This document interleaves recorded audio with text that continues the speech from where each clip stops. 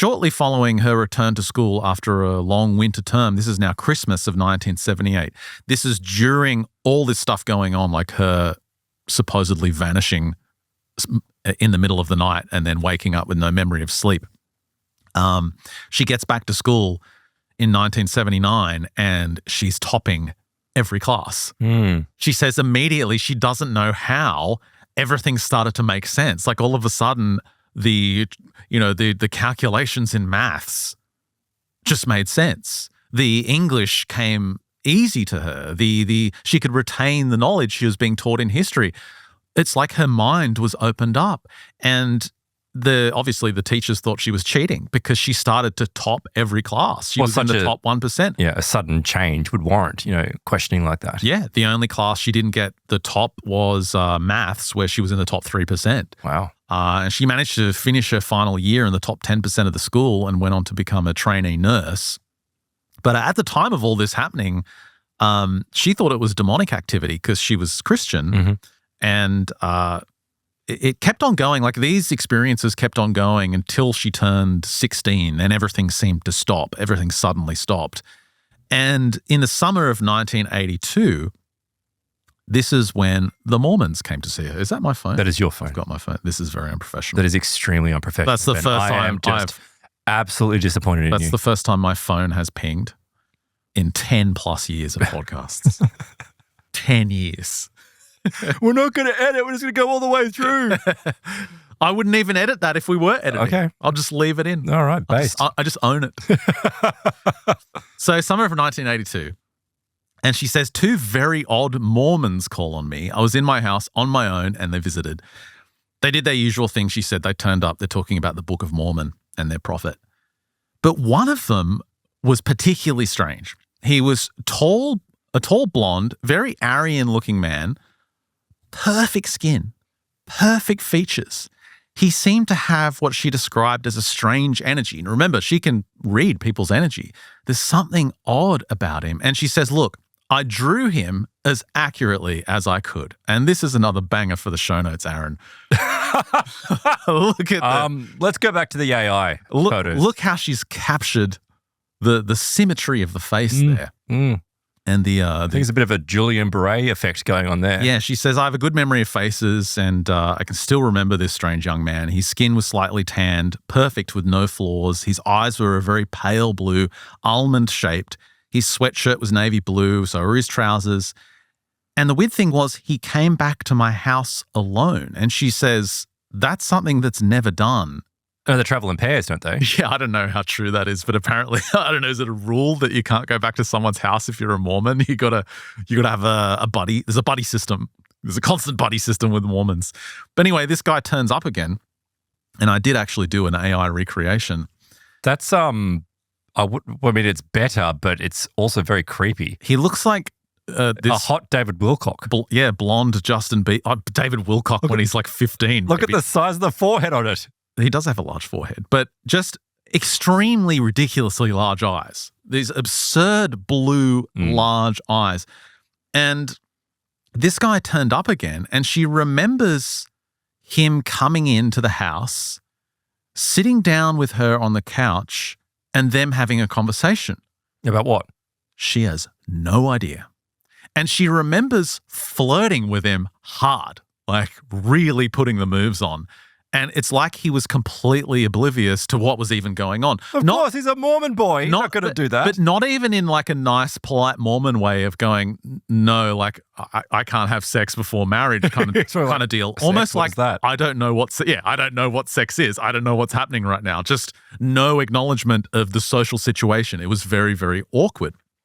Anyway, in the same year that she meets this man, she starts a college course in pre-nursing skills. And a few times when she went to catch her bus, she lived in this really poor estate with her mother. Mm-hmm. And of course, everyone catches the bus because most people didn't have cars.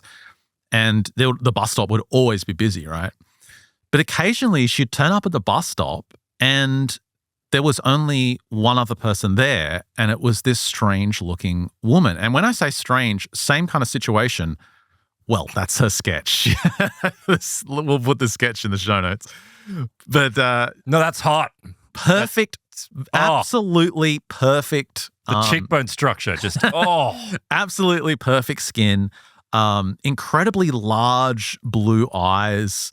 And this woman would just stare at her, like beam in on her, and she would have to quickly look away. Like there was something intimidating about her stare. Do you know what? Long, pale blonde hair. Maybe there's something coming out in the drawing because she looks like a predator.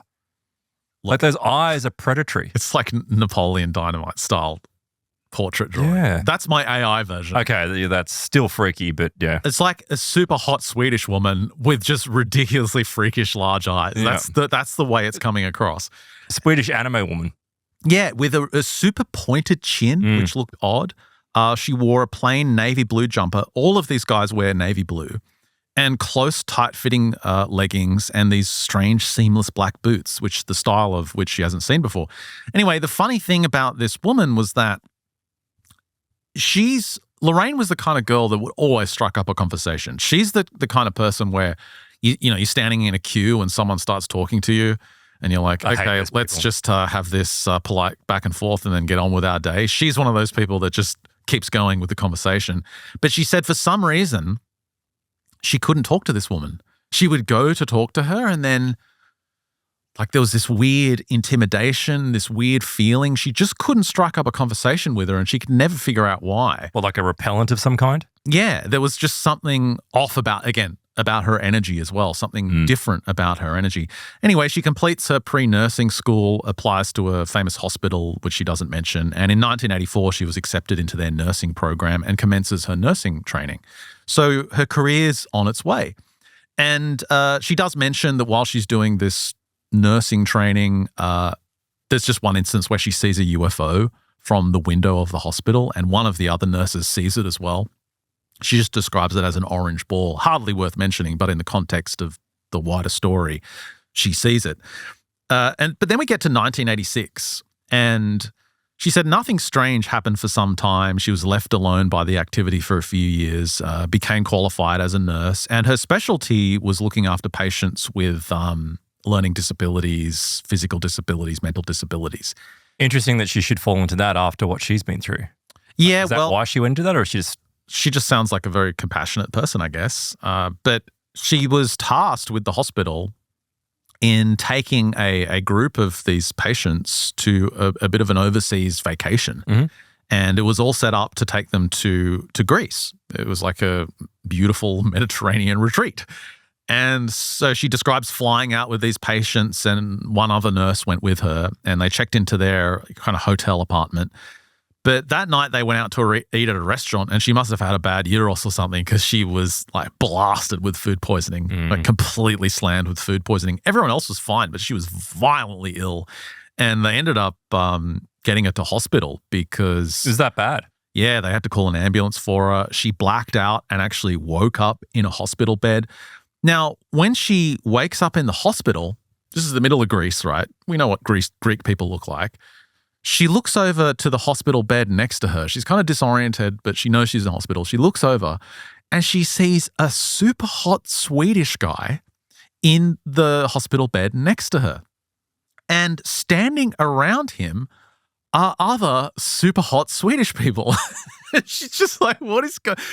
Why is there a model convention in the bed next to me in the hospital? See the guy in the middle there. Why are these space people always so hot? Is it because there's no gravity, nothing sags? Is that what's going on? I think it's because of an advanced eugenics program. Well, I mean, I hate to say it, but so far they've all been white. Yeah, we'll get in. Not good. And we'll actually get into that in a moment. But yeah, just this ridiculously melt-in-your-mouth gorgeous Swedish man in this hospital bed with all these hotties surrounding him. And she looks over, she's like, what on earth is going on? Anyway, she's weak, she's embarrassed, she's like still farting from the food poisoning. You know, there's like still some leaking out. She's in a bedpan. It's really gross. And on seeing her, when they realize she's awake, one of them actually comes up to her and leans over the bed. It's this pale-skinned woman, and they're all equally very pale-skinned. This beautiful blonde woman, and she says there's 2 women and 2 men and the guy in the hospital bed. And this woman comes up to her and says, "Oh, how are you feeling? And she's like, I just had this food poisoning. I feel really weak and I'm desperate to go to the toilet. Like, believe me, I need to get to that toilet. Can you please take me or find a nurse? And this woman says, I'll take you. And she goes and finds a wheelchair and helps Lorraine off to the bathroom. And she drew an image of this woman. Oh, I'm waiting for this. I'm excited. Okay. Yep. Get ready for the, this is like forensic level accuracy. Oh. Another one for the show notes, Aaron. Bam. Look at that face. Can you tell the Swedish hotness coming off the page? I have to leave. That's too much for me. So that was the problem with this book. I had to basically fix every image so that it's something more akin to what she's describing. So yeah, that's better. Beautiful, hot, blonde woman. Again, with something's still off. Giant eyes. There's something wrong with the eyes. They're way too big. And this is the way she's depicted it. Just imagine if you're listening, just imagine a Swedish woman who has seriously wrong, large eyes, high cheekbones, pale blonde, perfectly flawless skin. So this woman assists her to the bathroom and then takes her back to bed in the hospital, and she falls asleep. When she wakes up, it's light outside. She glances to the bed next to her in the hospital room. It's totally made up. The Swedish guy's gone. All his friends are gone. And she's like, how did he get up and clean everything up and not wake me up in the middle of the night? That's weird. I must have been really out of it. Anyway, the nurse comes in, obviously Greek-looking nurse. And so what is obviously Greek-looking? Well, thick, dark eyebrows, Greek face. You know what Greek people look like? Dark hair. What, you're tmoney to set me up? Never been. I'd never do that to you. He's trying to set me up to be, just like a hideous-looking freak with a monobrow. Greek people. Greek people. Short, exactly. She was eating some tzatziki. She has tzatziki and a gyros.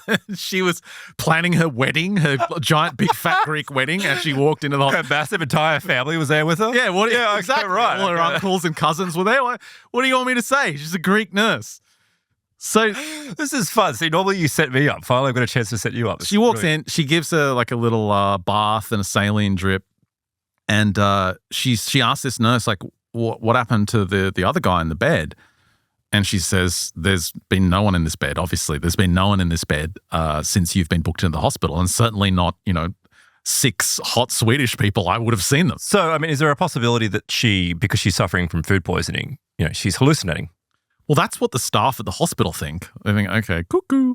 But she asks the nurse repeatedly if she can actually go to the hospital chapel, because at this point she's convinced these are angels and this is God looking out for her. The angels were protecting her from her diarrhea. And this is really what she believes. So she's begging, and the nurse says, look, you can go on Sunday, but you need a member of staff to take you. So Sunday arrives and... to where?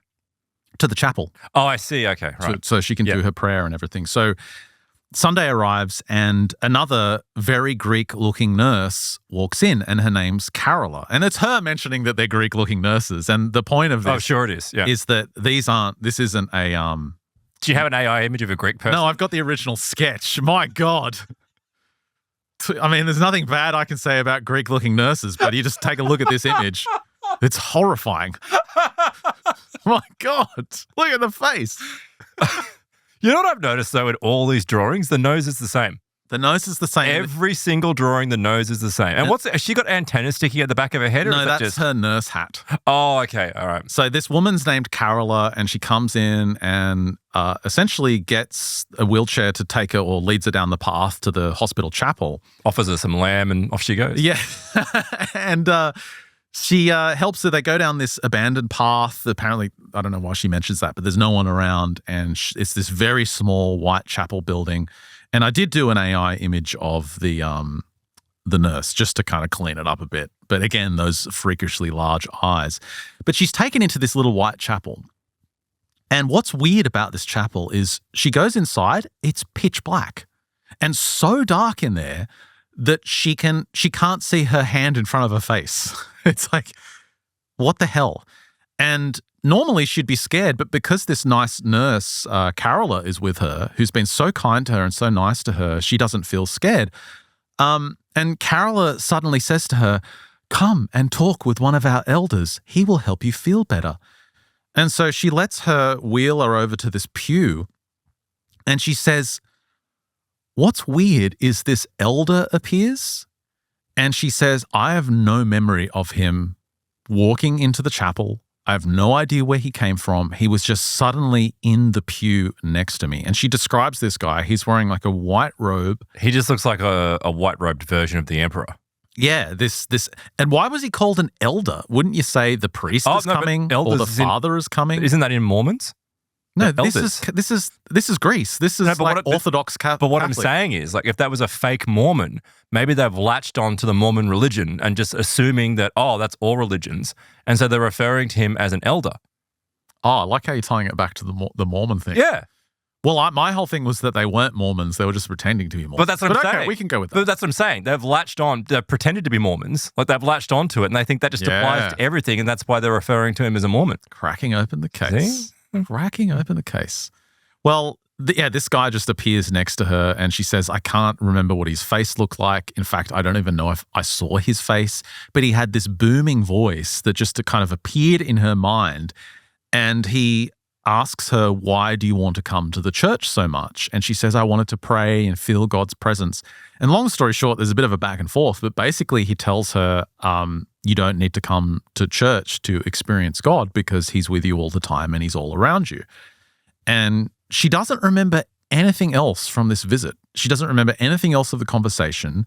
She just remembers somehow leaving the chapel, and it wasn't until the next day she thought, that was freaking weird. Yeah. Everything about that was strange.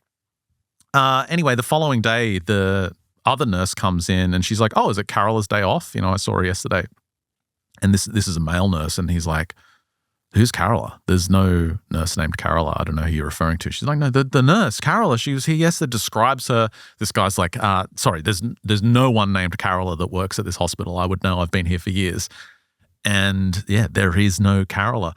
So they immediately put her on antidepressants because they realize you're seeing all this stuff that isn't here. You're seeing all these people that aren't here.